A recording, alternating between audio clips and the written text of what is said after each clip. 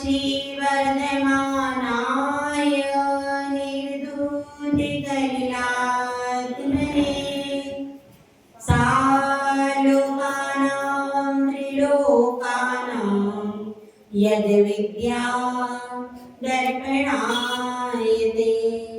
पंच परमेश्वरी भगवान की एक श्री कुंदुनाथ भगवान की परम पूज्य आचार्य श्री आदि सागर महाराज की आचार्य श्री महावीर कीर्ति महाराज की आचार्य श्री विमल सागर महाराज की आचार्य श्री तपस्वी सम्राट सन्नति सागर महाराज की आचार्य गुरुवर सुंदर सागर महाराज की अहिंसामय विश्व धर्म की जिनवाणी माता की परम पूज्य हरिका श्री 105 सुनयमती माता जी की जय।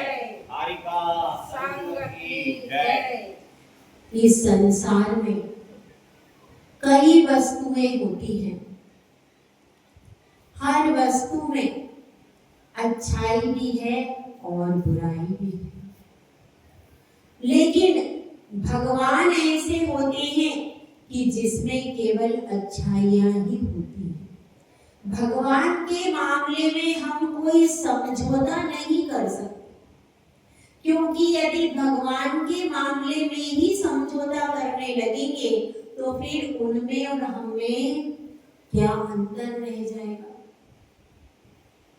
दोष किसमें नहीं है। संसार में जितने जीव हैं उनमें कोई ना कोई कमी होगी ही। निर्दोष कौन है? केवल भगवान। भगवान को छोड़ करके और कोई निर्दोष हो सकता है क्या? एकमात्र भगवान ही ऐसे हैं जो कि निर्दोष हैं। तो इससे हमें क्या शिक्षा मिलती है? इससे हमें यह शिक्षा मिलती है कि संसारी जीवों में दोषों को ढूंढने की प्रवृत्ति हमें छोड़ देना चाहिए। क्यों? क्योंकि संसार में जितने जीव हैं सब में दोष है, और यदि हम पूरे जीवन भर भी दोष ढूंढते रहे, कितने लोगों के? हमारे घर में 5 प्राणी, उन 5 प्राणियों के भी आप हर पल दोष ढूंढते हो तो भी आपकी जिंदगी खत्म हो जाएगी, लेकिन दोष खत्म होने वाले हैं। तो आपने पूरी जिंदगी यदि दोषों को ही ढूंढा तो क्या पाया? पाया तो कुछ नहीं, लेकिन अपना अमूल्य समय, अमूल्य जीवन खो दिया। इसलिए क्या करना चाहिए? इसलिए यह प्रेरणा मिलती है हमें, इससे यह प्रेरणा मिलती है कि दोषों को ढूंढने से हमारे इष्ट कार्य की सिद्धि कभी भी नहीं हो। फिर भी हम बहुत सारा समय दोषों को ढूंढने में बिताते हैं कि नहीं बिताते? बिताते हैं। जब भी 4 व्यक्ति बैठते हैं, 4 महिलाएं बैठती हैं, तो आपस में चर्चा करती, उसके यहाँ ऐसा हुआ, अच्छा उसके यहाँ कुछ ना कुछ बात, कहीं ना कहीं की बात चलती है कि नहीं? तो हम सब कुछ दोष ढूंढ रहे, वो दूसरी महिलाएं बैठेंगी तो हमारे घर की करेंगे कहीं ना कहीं। तो पूरी अपने जीवन का अमूल्य समय पूरा दोषों को ढूंढने में ही बीत जाता है। अगर हम दूसरों की अपेक्षा अपने दोषों को ढूंढने में अपनी जिंदगी लगाएं तो ये जमाना कि हम एक दिन भगवान बन जाएंगे। भगवान बनने का सबसे आसान तरीका क्या है? अपने दोषों को निकालना शुरू करो। एक दिन ऐसा होगा कि आपके सारे दोष निकल जाएंगे और आप परमात्मा। लेकिन हमने आज तक किया क्या है? दूसरों के दोषों को गिनते रहे और उनके दोषों को कहते कहते अनादिकाल बीता दिया। इसीलिए हम आज मिथ्यात्व सहित इस पंचम काल में उत्पन्न हुए। यदि हम पहले ही समझ लेते भाई गलती किसकी? गलती हमारी। यदि अपने दोषों को ढूंढना शुरू कर देते तो अगर एक व्यक्ति पूरी जिंदगी अपने दोषों को निकालना शुरू करे तो वह एक दिन भगवान की राह पर आगे बढ़ जाएगा। इसलिए इन सब चीजों से क्या प्रेरणा मिलती है कि निर्दोष परमात्मा होता है। यह वचन क्या कहता है? यह वचन हमसे कह रहा है निर्दोष केवल परमात्मा होता है। पर के दोषों को ढूंढना बंद करो। यदि तुम्हें निर्दोष परमात्मा बनना है तो अपने दोषों को निकालना शुरू करो। अपने दोषों को निकालना शुरू करो। मुझ में क्या कमी है, एक एक करके आपको अपनी एक एक कमी पता चल जाएगी। चलेगी कि नहीं? चलेगी। अपनी एक एक कमी पता चल जाएगी और आप उनको एक एक कमी को एक दिन में एक गलती दूर करो। कितने दिन है अपने पास? साल में 365 दिन होंगे। 365 दिन में भी यदि आप एक दिन में अपनी एक गलती दूर करते हो तो 365 गलतियां आपकी सुधर जाएंगी। यह कौन कह रहा? भगवान कह रहे हैं कि मैं निर्दोष हूं। मैं निर्दोष बना कैसे? मैंने अपनी गलतियों को सुधारना शुरू कर दिया। अपनी गलती को सुधारना शुरू करेंगे तो हम सुधार के मार्ग पर लग जाएंगे। यहाँ पर वह गाथा आ रही है जिसमें कि शिष्य पूछ रहा है गुरु से कि गुरुदेव आपने आप्त शब्द कहा, मैं तो आप्त शब्द को जानता ही नहीं हूँ। आप्त क्या होता है? तो मुझे बताइए यह आप्त क्या होता है, आप्त का क्या मतलब है? तो गुरुदेव बता रहे हैं इस श्लोक में कि आप्त का अर्थ क्या है। गाथा नंबर 5। आप्तेनो छिन्न दोषेण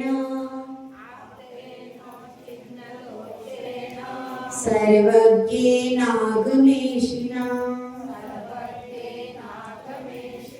भवितव्यं नियोगेन नान्यथा व्याप्तता भवेत्।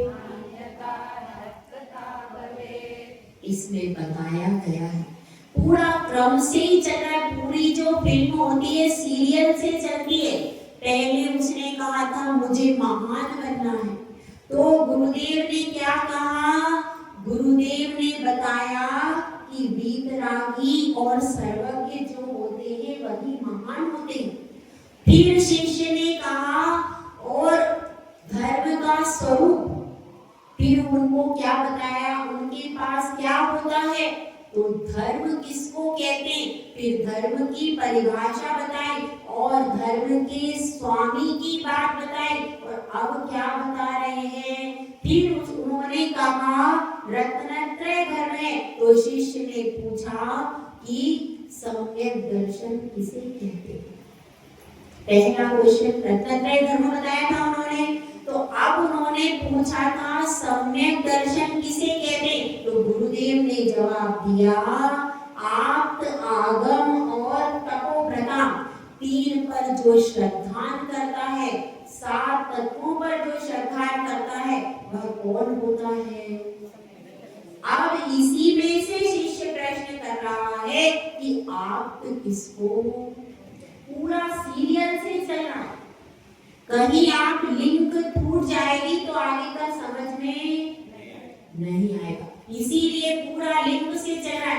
अब प्रश्न उसने किया आप किसे कहते हैं? तो गुरुदेव ने बताया आपते नो छिन्न दोषेण। छिन्न का अर्थ है नष्ट कर दिए हैं, अलग हो गए हैं। तो आप्त कौन है? जिसने उच्छिन्न दोषेण, जो दोषों से बिल्कुल रहित है। इस बात को समझना पड़ेगा कि परमात्मा ही एक ऐसा है जो दोषों से, और कहाँ का परमात्मा? केवल सर्वज्ञ वीतरागी परमात्मा ही ऐसा है जो कि दोषों से रहित शेष जितने भी कहे जाते हैं, क्या कहे जाते हैं? लोक में 4 प्रकार के देव होते हैं। हाँ भाई बताइए 4 प्रकार के देव। देवादिदेव, भूदेव, सदेव और अच्छा सदैव कौन होते? स्वर्ग में रहते हो। देखिए क्या बताया, पहला है देवाधिदेव। देवाधिदेव कौन होते हैं?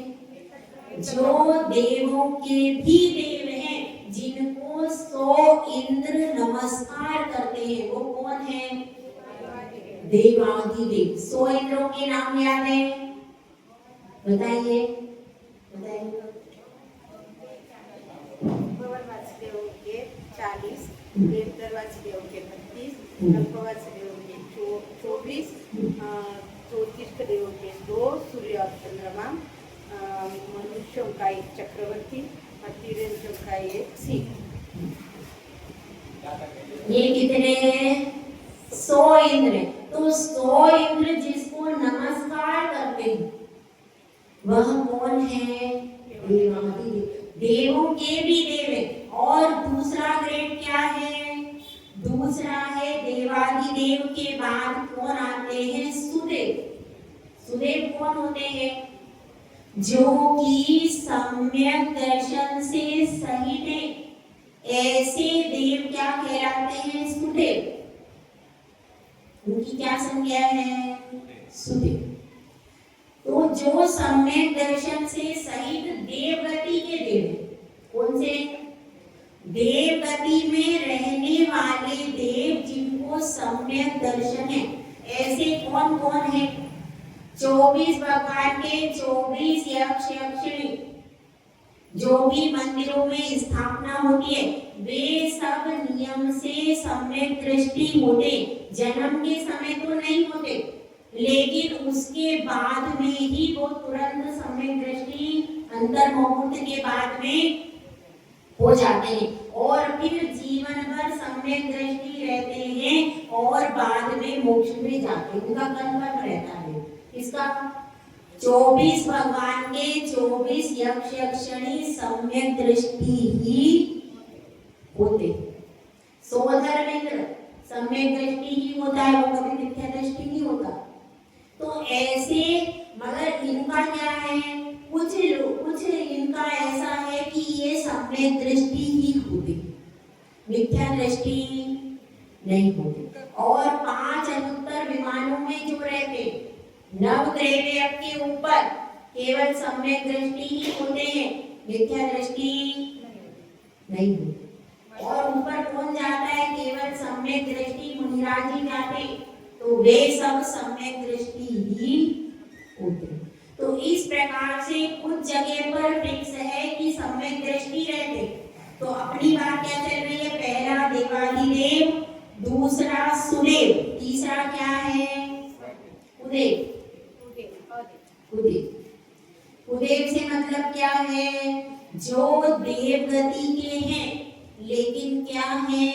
जिनको देवगति नाम कर्म का उदय है, लेकिन सम्यक दर्शन प्राप्त, वो कौन कहलाएंगे? वो कहलाएंगे उदेव। ठीक है।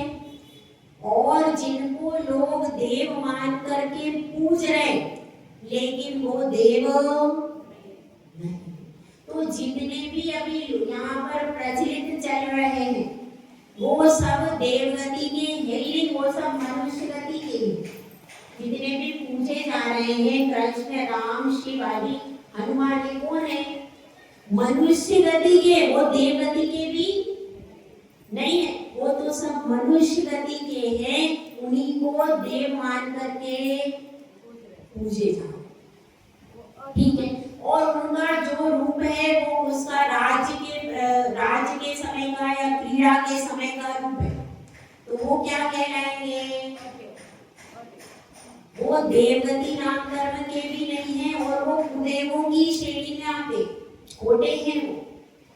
जिस प्रकार से पूजे जा रहे हैं, वस्त्र शस्त्र सहित हैं, तो तो वह कुदेव की श्रेणी में आ गए। वास्तव में तो वो देव है ही नहीं, तो फिर और अदेव क्या होते हैं, जिनमें तो रूप, इनके पास रूप तो है कि रामचंद्र जी थे तो धनुष लेकर के ही चलते थे, तो कृष्ण थे तो मुरली बजाते, कुछ थोड़ा सा बाहर से रूप तो उसका है, लेकिन वे सब क्या है, मनुष्य गति के। इसके बाद क्या है, अदेव मतलब जिनमें ना देव का आकार है ना कुछ है, वो मिट्टी है, पेड़ है, पक्षी है, गाय है, कुछ लोग गायों को पूछते, तो इस तरह से उनको क्या कहेंगे, अदेव। और इनको भी अदेव कह सकते हैं जो लोक में पूजे जा रहे, क्योंकि वो देवगति के तो है नहीं। इस अपेक्षा से उन्हें भी कह सकते हैं, किस अपेक्षा से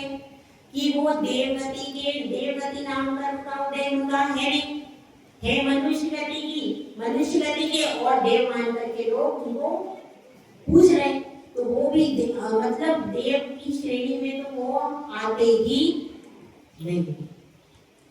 तो यहाँ पर बात अपनी यह क्यों चल रही है, इसलिए चल रही है कि हम पहचान करें, चुनाव करें, किसको हम अपना आराध्य बनाएं। अपने जीवन में हम चुनाव करते हैं कि नहीं, जब जाते हैं दुकान पे तो साड़ी के लिए पूरी दुकान अच्छी होना चाहिए, नए फैशन की होना चाहिए, मिठाई के लिए भी अपन चुनाव करते हैं। जब विवाह करना होता है तो कन्या के लिए कितना चुनाव करते हैं, क्योंकि भाई देखो आजकल ऑप्शन ज्यादा है, ऑप्शन बहुत ज्यादा है आपके पास, तो बहुत ज्यादा कन्या बड़ी हो जाती है, 30-30 साल की कन्याएं हो जाती है, फिर भी हम संतुष्ट नहीं होते। बहुत अच्छा लड़का चाहिए, बहुत अच्छा घर चाहिए, जो आपकी एक्सपेक्टेशंस हैं वो फुलफिल होती है क्या, नहीं हो पाती। हम संतुष्ट नहीं हो पाते क्योंकि अब क्या चाह रहे हैं, कन्या के लिए एकदम महल जैसा चीजें चाहिए, तो वो मिलती नहीं। तो इसलिए यहाँ पर बात चल रही है, हम चुनाव हर क्षेत्र में करते और हर क्षेत्र में अच्छा ही करना, हर क्षेत्र में हमें उत्कृष्ट चाहिए। अगर आपकी बेटी के लिए वर आया है, करोड़पति प्राणी है, लड़का एकदम सुंदर है, एकदम शांत स्वभाव का है, परिवार वाले भी बिल्कुल शांत स्वभाव के, मिलनसार है, सब चीज में परिवार बढ़िया है, क्या आप ना करोगे क्या, बोलो हाँ करोगे। क्यों, क्योंकि हम उत्कृष्ट चाहते हैं, उत्कृष्ट मिल गए, हर चीज में हम कोशिश करते हैं कि हमें उत्कृष्ट चाहिए। जब हर चीज में आप उत्कृष्ट चाहते हो और आपको मिलता नहीं है, मिलता है क्या, हर चीज में उत्कृष्ट नहीं मिल पाता। जितने सपने अपन देखते हैं उस सपनों के मुताबिक कुछ ना कुछ समझौता करना पड़े, लेकिन एक चीज ऐसी है जहां आपको उत्कृष्ट मिल सकता है, वो जगह कहाँ है, वो जगह है भगवान का दर। यही एक वो जगह है जहां पर आपको 100 टन से सोना मिलता है, एकदम उत्कृष्ट चीज मिलती है कि इनमें कोई दोष नहीं। तो यहाँ पर आपको समझौता करने की जरूरत नहीं है, इसलिए अपनी श्रद्धा को पूरे तरीके से भगवान के चरणों में समर्पित करने की जरूरत है। क्या कहीं आपकी श्रद्धा भटक तो नहीं जाती, कहीं हम रास्ते में जा रहे हैं, कोई आपत्ति आती है, कोई परेशानी आती है, तो कभी मन में ये तो नहीं लगता कुछ बात नहीं, उधर चले जाएं तो, कहीं चादर चढ़ा दें तो, कभी कहीं मन में कोई प्रश्न तो नहीं उठ जाता। क्या अपने मन में यह विचार आता है कि जब नैना सुंदरी का अच्छा हो गया, सोमा का नाक का हार हो गया, तो क्या हमारी परेशानियों का हल भगवान के पास नहीं होगा? कि ऐसा विचार आता है कि एक बार उधर जाके देखिए, अपने अपने मन को टटोलिए कि क्या हमारे मन में श्रद्धा का ये जो दीपक है यह डगमगा तो नहीं रहा? यदि यह दीपक स्थिर नहीं रहेगा, लौ स्थिर नहीं रहेगी, तो आपको इस दर पर श्रद्धा आपकी जम नहीं पाएगी। ध्यान रखना।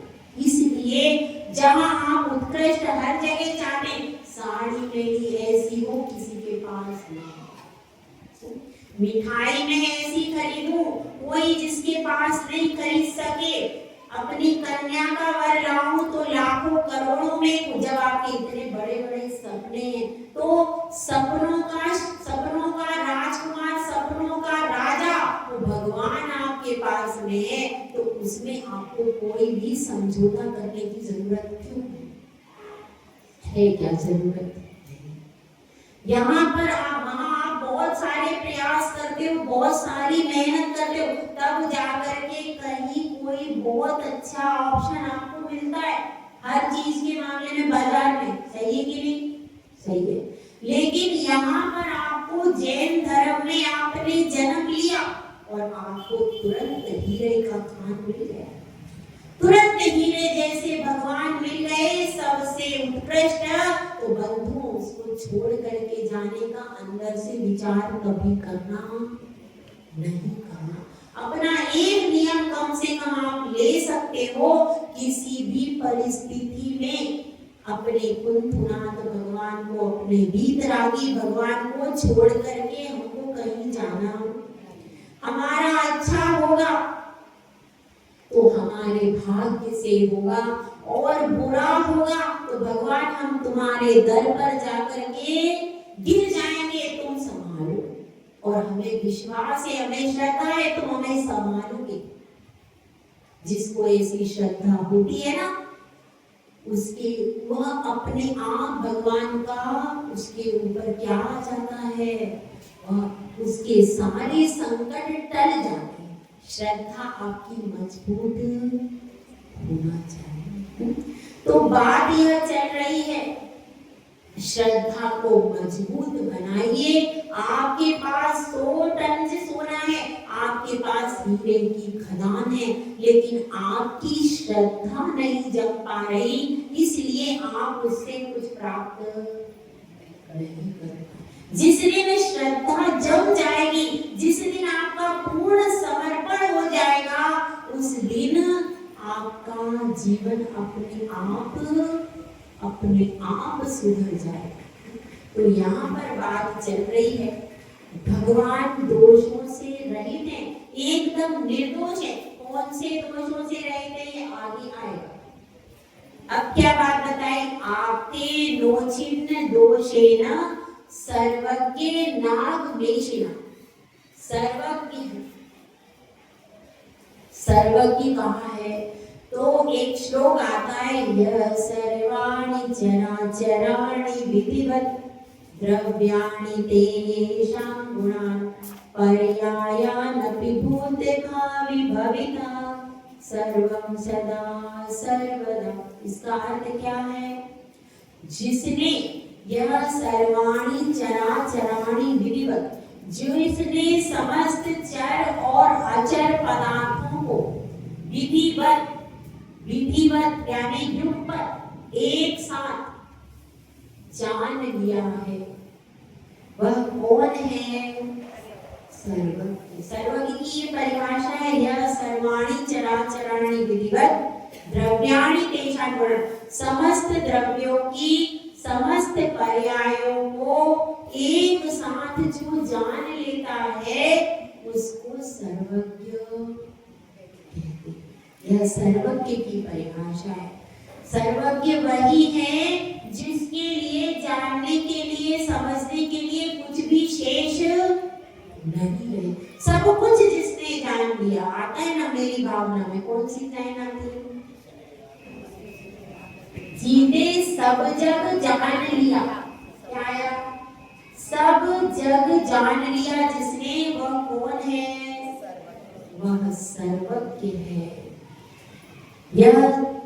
वह सर्वज्ञ है। और आगमेशिना, आगमेशिना का अर्थ क्या है? आगम का ईश, आगम धन ईश, आगम का स्वामी होना चाहिए।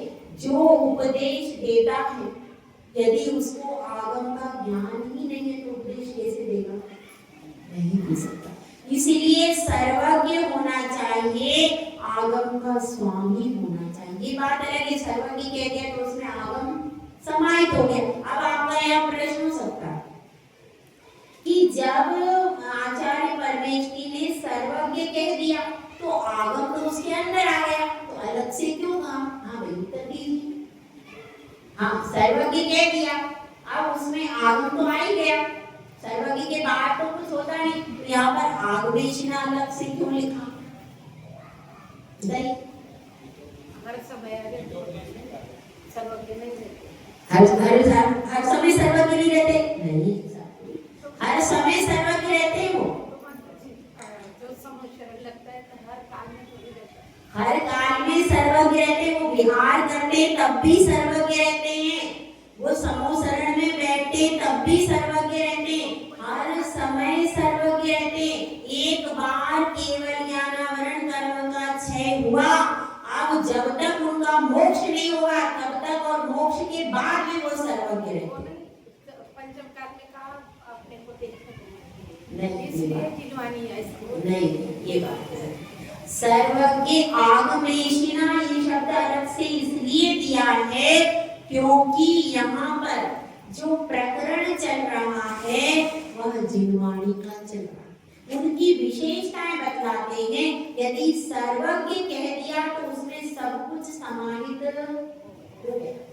अब वह विशेषताएं बता रहे भगवान में क्या क्या होता है, आपकी विशेषताएं यहाँ पर बता रहे हैं। तो पहली विशेषता उन्होंने बताई दोषों से रहित होते हैं, दूसरी विशेषता उन्होंने बताई सर्वज्ञ कहाँ है।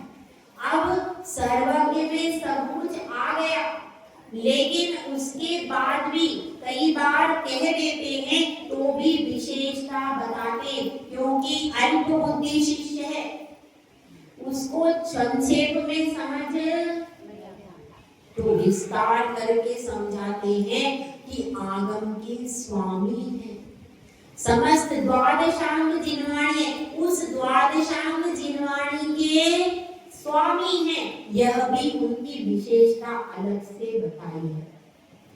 यहाँ पर भगवान को बता रहे हैं आप क्या होता है, आपके बारे में विशेषताएं बता रहे हैं। तो उन विशेषताओं में एक विशेषता यह है कि द्वादशांग वाणी जो है उसके स्वामी है, उन्हीं के मुख से वह द्वादशांग वाणी निकलती है, इसीलिए कहा है आगमेशिना। यह विशेषताएं बता रहे हैं क्योंकि संक्षेप में शिष्यों को समझ में नहीं आता, इसलिए। तो सर्वज्ञ नागमेशिना भवितव्यम नियोगे, ये किसका है? यह नियोग है, नियोग यानी नियम से। भवितव्यम नियोगेन नान्यथा व्याप्तता भवेत्, इस उसी के जिसके पास ये सब ऊपर की कंडीशंस हैं वही क्या होता है, वही नियोगेन यानी नियम से, भवितव्य मतलब होता है, होना चाहिए, नान्यथा व्याप्तता, इसके अलावा यदि ये सारी कंडीशन फॉलो नहीं होती तो इनके अलावा व्याप्तता यानी आप्तता नहीं होती है, नान्यथा व्याप्तता भवेत्। मतलब बता दिया भाई आपको यहाँ पर ये डिग्रीज इतनी डिग्रीज चाहिए, इतने क्वालिफिकेशन चाहिए, यदि ये क्वालिफिकेशन आपकी नहीं है तो आपको कॉलेज में एडमिशन नहीं होगा। बताते हैं ना कि ये सारी डिग्रीज ये सारी क्वालिफिकेशन होगी तो आपको कॉलेज में एडमिशन होगा। इसी तरह से यहाँ पर बता रहे हैं कि भगवान में ये सारी चीजें होना चाहिए। सबसे पहले बताया दोषों से, उसमें एक भी दोष कितने ही आप ढूंढो, ढूंढने पे भी एक भी दोष मिलेगा नहीं, तब तो वो भगवान है। और अगर दोष मिलते हो तो फिर वो काय के भगवान है।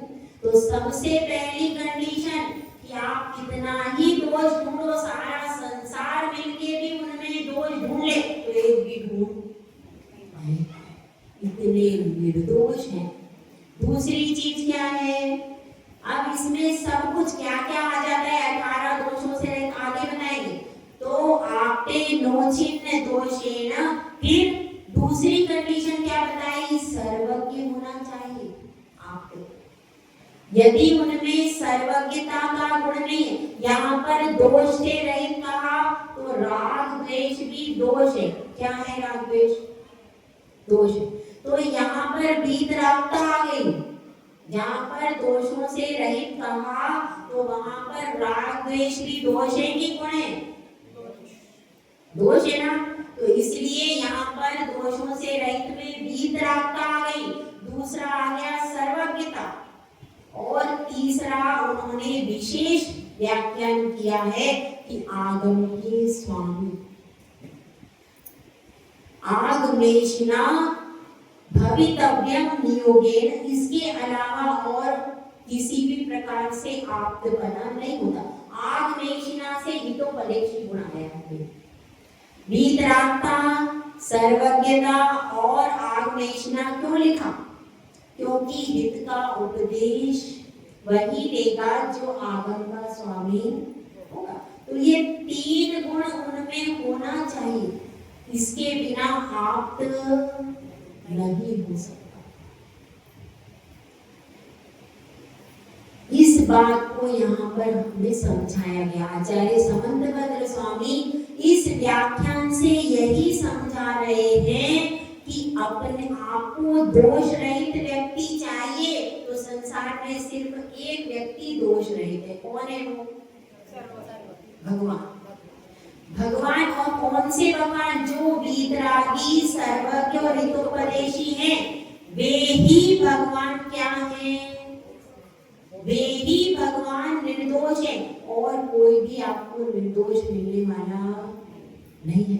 इसीलिए यहाँ पर इस गाथा से क्या प्रेरणा लेना चाहिए? इस गाथा से यही शिक्षा ग्रहण करना है कि हम अपने में बुराइयों को ढूंढना शुरू कर दें।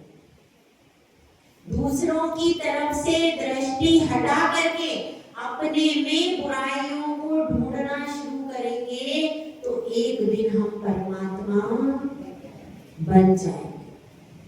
तो उसी परमात्मा की साधना के लिए, आराधना के लिए हमारा सारा जीवन लगा है कि नहीं? पूरा जीवन हमारा उसी परमात्मा की साधना और आराधना के लिए लगा हुआ है। तो फिर इसमें हमारा प्रयत्न, इसमें हमारा जो पुरुषार्थ है वह प्रखर होना चाहिए। जय बोला जय सुंदर सागर महाराज जी की जय।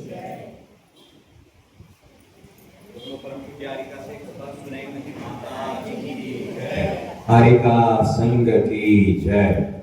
कल सुबह ठीक